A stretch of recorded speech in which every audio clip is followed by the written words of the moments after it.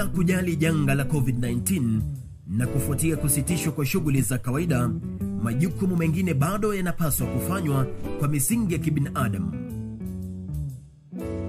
Hatua zifuatazo zitakusaidia kufanikisha mpango wako wa siku hadi siku, kama timu za mauzo, watendaji wa vituo vya kupiga simu na watendaji wa duka la rejareja wanaowakabili wateja, washiriki na wenzako kazini.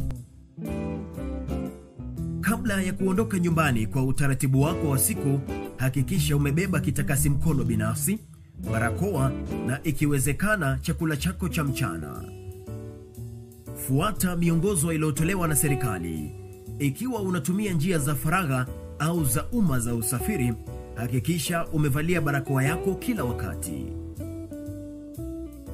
Zingatia umbali wa watu wawili unaposafiri, na vilevile ukiwa afisini, hakikisha umeweka umbali ulio salama na wenzako.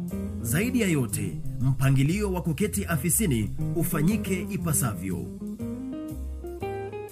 Hii haihitajiki tu wakati wa kazi, lakini vilevile wakati wa mapumziko, kwenda kula chakula cha mchana, kwenda kwenye vyoo, kati ya mambo mengine.